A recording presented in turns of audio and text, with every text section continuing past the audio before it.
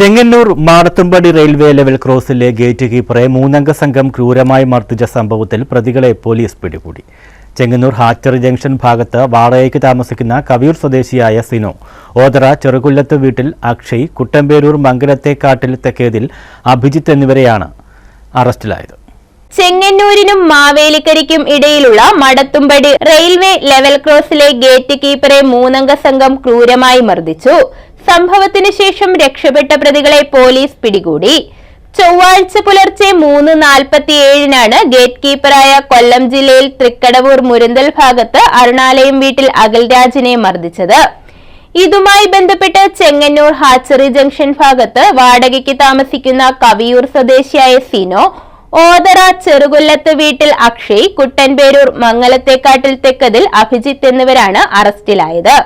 Railway ഗേറ്റിലെത്തിയ പ്രതികൾ gate അടച്ചിട്ടിരിക്കുന്നത് കണ്ട് തുറക്കണമെന്നാവശ്യപ്പെട്ടു. കേരള എക്സ്പ്രസ് കടന്നുപോകുന്നതിനായി ഗേറ്റ് അടച്ചിട്ടിരിക്കുകയായിരുന്നു. എന്നാൽ ഗേറ്റ് തുറക്കാൻ കൂട്ടാക്കിയില്ല. തീവണ്ടി കടന്നുപോയതിനു ശേഷം വിശ്രമമുറിയിലെത്തിയ പ്രതികൾ മർദ്ദിക്കുകയായിരുന്നു.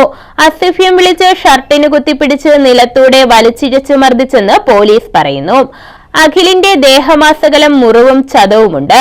മൊബൈൽ ഫോൺ കൈക്കലാക്കുന്നത് തടഞ്ഞപ്പോൾ അത് എറിഞ്ഞുടച്ച ശേഷം പ്രതികൾ ബൈക്കിൽ രക്ഷപ്പെട്ടു.